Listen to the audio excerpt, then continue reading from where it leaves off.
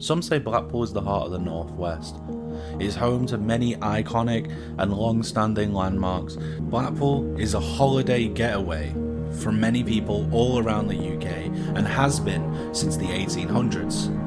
Though Blackpool may not be as popular as it used to be, but it's still an iconic seaside town. Under the cover of the night, Blackpool has many stories, many spooks, and many tales. When the sun goes down in Blackpool, you gotta question yourself, just what stories lurk in this iconic British seaside town? Blackpool is home to numerous haunted stories tied to the iconic landmarks that still stand to this day in Blackpool.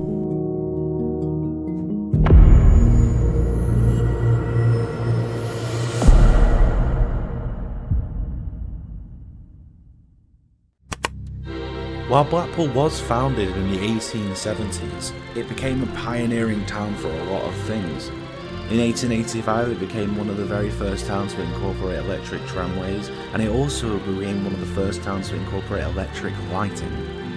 The iconic tower itself was erected in the 1890s and became a massive attraction for people worldwide to come and see the giant iconic tower. While being a popular seaside resort for people to come and vacate to, Blackpool is home to something a little bit interesting. Some dark, twisted tales from the past that not a lot of people know about.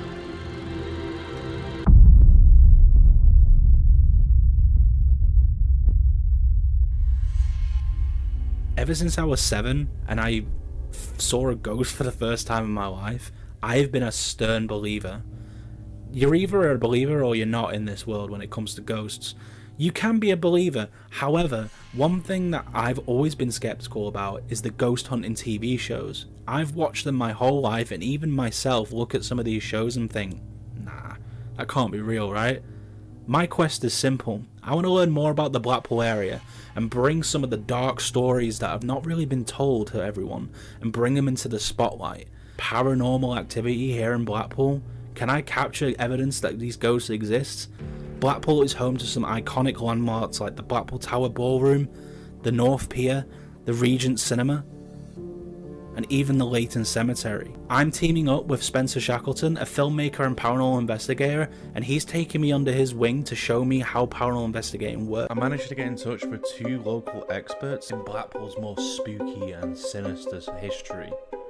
Deborah Contessa, chronically known as the Cemetery Lady, is a local historian renowned for a profound engagement with the somber, eerie aspects of Lancashire's history. Stephen Mercer, author of the book Haunted Blackpool, but also goes by the name The Victorian Ghost Hunter. Both of these individuals have a vast wealth of knowledge when it comes to Blackpool's history, and have a strong connection to the world of the paranormal. He invited them down to the Scream and Shake Horror Cafe to share with us a very famous story that will tie into the location that we end up investigating. If you wish to know more about Blackpool's history, you can always find Deborah's walks and talks at leightonfriends.org, as well as Stephen's ghost tours at the Supernatural Events Facebook page. I'm going to take you back to the November of 1913, where Miss Alice Burnham became Mrs. George Smith. Alice was 23, and in those days it was thought of as on the shelf almost. So she married the first chap who showed a real interest in her. She'd been a nurse, she had a little bit of money behind her, she was doing private nursing, and she met this very dapper gentleman, George Smith, if that was really his name. It wasn't. And they had a whirlwind romance, and he decided after their marriage he would whisk her off to Blackpool for a seaside honeymoon. Something he'd done before with a previous wife, something he was to do again afterwards. George wanted one specific thing: a bathroom. They eventually came across Mrs. Crossley's boarding house at 16 Regent Road. They booked in. Unlike boarding houses in those days, it was more a family affair. Those that were staying, they would buy their own food. Mrs. Crossley, the landlady, she would cook for them, and they would eat together. Over the course of their stay, Alice became unwell, and her husband George took her to see the local doctor. The doctor was quite unkind about Alice. He said she was flatulent, she was overweight, and she had bad breath. And apart from that, he could find nothing wrong with her. Unbeknown to Alice, this was all a ploy to take a life insurance policy out on her. There was one morning. They went out, they enjoyed their day, they came back. They were all sitting down to dinner. Alice, she wanted a bath. She had a headache. She wanted to go and lie down. She went up the stairs with George. George came back down again later. He disappeared from the boarding house. He went to the shop to buy some things for the dinner. Mr. Smith said he was going to go out and buy some pork chops, but the landlady did cook for you, but you provided your own food. Off he went to buy his pork chops when his wife drew a bath and got in. When he came back and they were all about to sit down, they noticed there was water running down from the ceiling down the walls, and it was pointed out that would have been where the bathroom was for George and Alice's rooms. He was heard going up the stairs and then running down them and calling out, "My wife cannot speak to me, go for the doctor." Dr. Billing, the doctor that they had previously seen before. Dr. Billing arrived and it was too late. By the time he got upstairs, that's where they found Alice. She had drowned in the bath. But that insurance policy, he didn't take all the money from that to pay for the funeral. He basically paid for a pauper's funeral. The poorest, the most cheap experience that anyone could have got, he gave to poor Alice. George didn't really mourn his wife. He arranged for the cheapest funeral, the cheapest coffee, the quickest funeral. A family never even got to attend the burial. If we move on a year, Mrs. Crossley was sat down Sunday morning reading her Sunday paper as she always did, and she read a story that horrified her. A story of a bride who drowned in her bath, a Margaret Lofty in Highgate. And she died in extremely similar circumstances. When Mrs. Crossley from Regent Road read this story, she decided she'd get in touch with the police. Alice's body was exhumed, a cheap coffin broke apart, her unmarked grave is still there. She was reinterred there. And subsequently, Margaret Lofty was found to be drowned, and George Smith went to court. The trial of Alice Burnham, for Alice Burnham, they actually had the bath there. A young woman brought in by the police in a swimming costume got in the bath. An officer put his hands below her knees and tugged and proved, and did it really quickly, she'd immediately go under the water and be rendered unconscious. And George Smith was found guilty, although not of Alice's murder, just of Margaret Lofty's. He'd also killed a previous wife this way.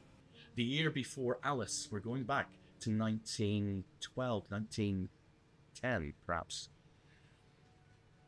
And unfortunately, that was another bride, Bessie Mundy from Herne Bay, who was found in her bath, drowned. The man who was her husband was described exactly like George. He was found guilty of the murders of the brides in the baths, and he was hung for his crime. The Regent Picture House opened in 1921, situated on the corner of Church Street and Regent Road. Rick Taylor purchased the Regent, and he transferred it into what is a magical emporium. Downstairs, you've got stalls galore of antiques. It's an auction house. But the important thing is the first floor. What was the balcony of the old picture house is now the balcony of the new picture house, the Regent Cinema. And it's there that some strange things are seen. When the cinema is closed, people who are wandering around downstairs on the main floor, they have seen a man stood on the balcony, and he is staring down, looking around him on the lower level. And suddenly he'll point, and he'll run up the stairs behind him that lead to the exit of the cinema. That door is only unlocked when the cinema is in use. and he's been seen running through a closed door. He suddenly appears on the main floor, and he is running after a woman wearing a long, white, flowing gown. He chases her along the main floor towards one corner. That corner is full of books. And just behind those books, there's a fire exit. And that's where you will see the lady being chased by the man disappearing through that fire exit. That is only one of many stories of the Regent, but to me, it is probably the most important story. I've already mentioned that the Regent Cinema is situated on the corner of Church Street and Regent Road. Regent Road, number 16. It used to be Mrs. Crossley's boarding house, the scene of the Brides in the Bath murder. Could those figures be George Smith and Alice Burnham? The reason I think they could is many years ago when I began my research into stories for The Ghost Walks and Haunted Blackpool the book. I went and I spoke to some of those that lived in the flats that is now 16 Regent Road. On the first floor of that building, people have seen a man chasing a woman wearing a long, flowing white gown. Again, is it George still chasing after Alice? Perhaps. That was me. The old Ghostbusters trick. Okay, we're in Blackpool. We're at the Regent, and we're going to do an investigation whether we're going to get locked in for the night. And I'm here with Stephen Mercer, who's going to be our guide. Stephen, would you like to tell us a little bit about the Regent before we get locked in? Before we get locked in, indeed. It was originally a picture house. Now, Rick Taylor, who bought the Regent around 10 years ago, he decided to make it into an antiques emporium. So there's lots of stalls on different floors where you can buy lots. But also, he restored the cinema on the balcony level. So the Regent picture house has come full circle. And it is haunted. And that's why we're going in there tonight. Right, so should we start? I think we better. Let's go. Rick's going to lock us in, and we're going to begin our investigation. See you in the morning.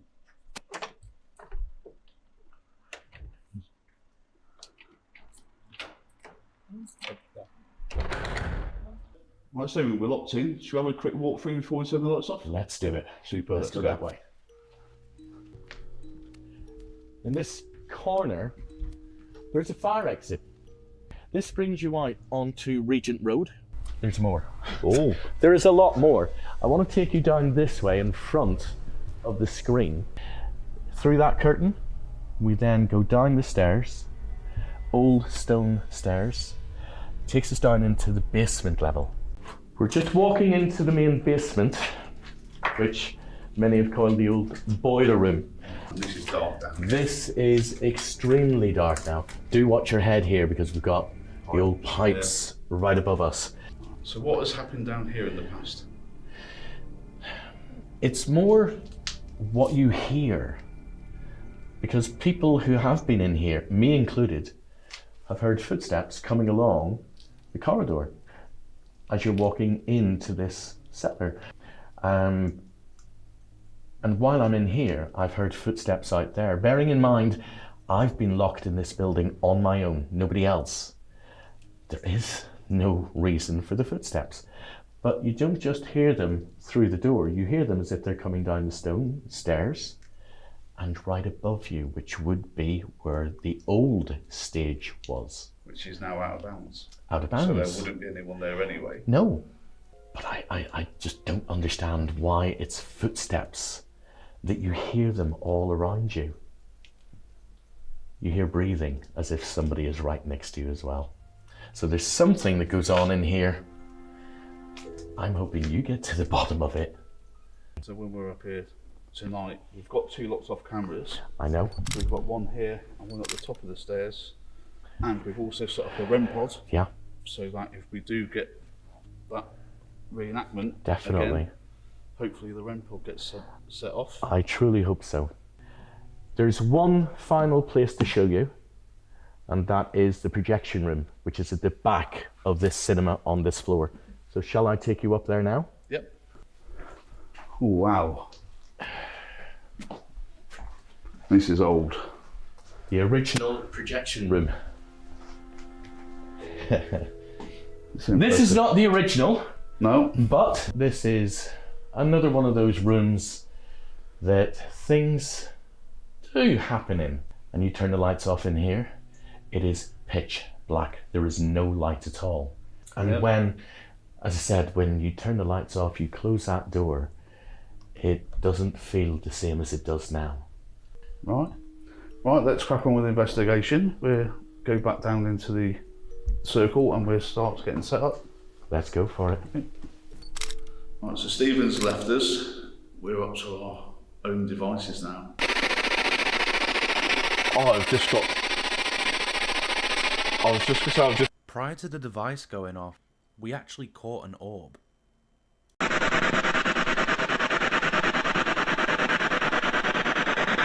Is this credible evidence? got pins and needles running up my body again, and then it's gone off again. And it...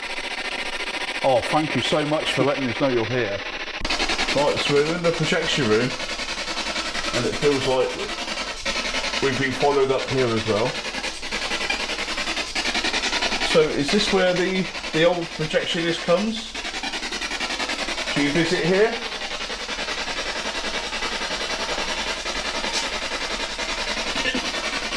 Oh. What's your name? Oh. What did you used to do here then? What films did you like?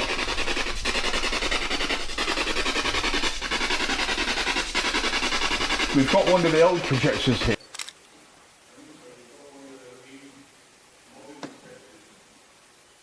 Do you like that being in here? Do you like the new technology?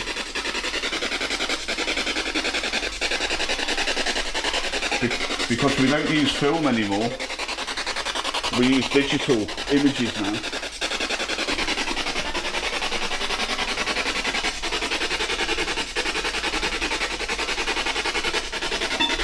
Whoa, we're f***ing hell. For fuck's sake. Oh, I've got... Saying that, I've got... Oh my god, what was that then? Was that you then? Making this jump? See, this is Carl's first time. This is where I thought I saw someone walk through. There's only a white dress there. Or white something there. And this is where I saw that person walk. Now, coincidence? Possibly. Ooh! I thought it said nude. Are you not wearing your white dress? Are you not wearing your white dress? Is that why you just said nude? I'm sure I said nude. But nude. Because when I said, oh, the white dress is there, and he went, because she's nude. Is the lady running around here with no clothes on? Or he's just having a bit of fun with us? Yeah. Yeah. Right. Forget that.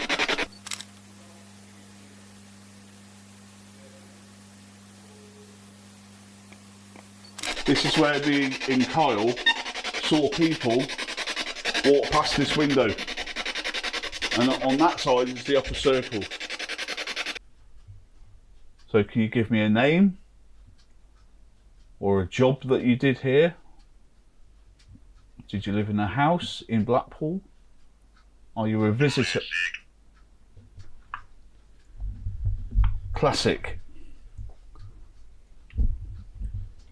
By classic, do you mean that it's an old house that you used to live in? Or back in the old days? Is that what you meant by classic? I was gonna say, I just had a big like waft of like cold That is creepy as.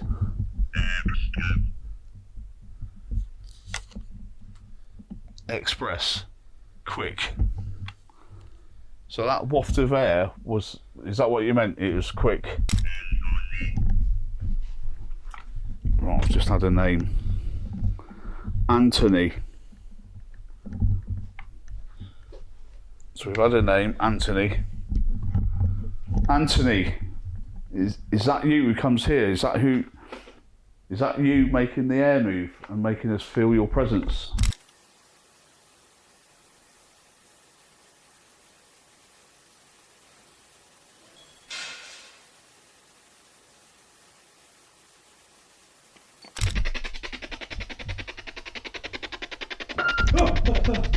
That was me. The old ghost. That was me. I'm being drawn up here at the minute. I'm no psychic, but I'm being drawn. What was that? Fuck me. What was that?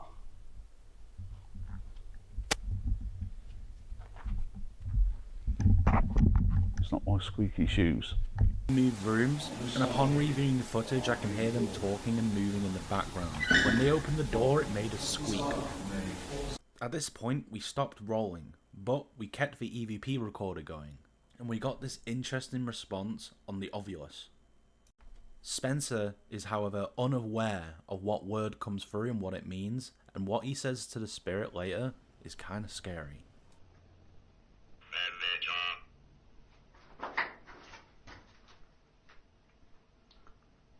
Hematar. Hemataus.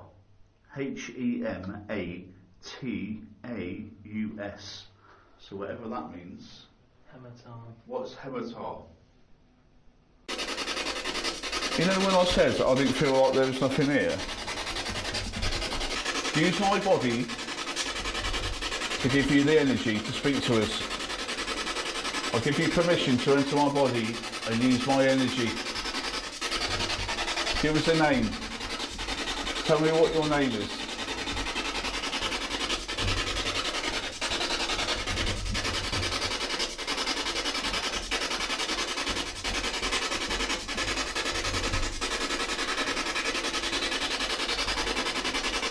Come into my body and tell me who you are. Use my energy. If you want to stick with me and stay with me and leave this place, I will take you out and you can come to my home. Would you like that?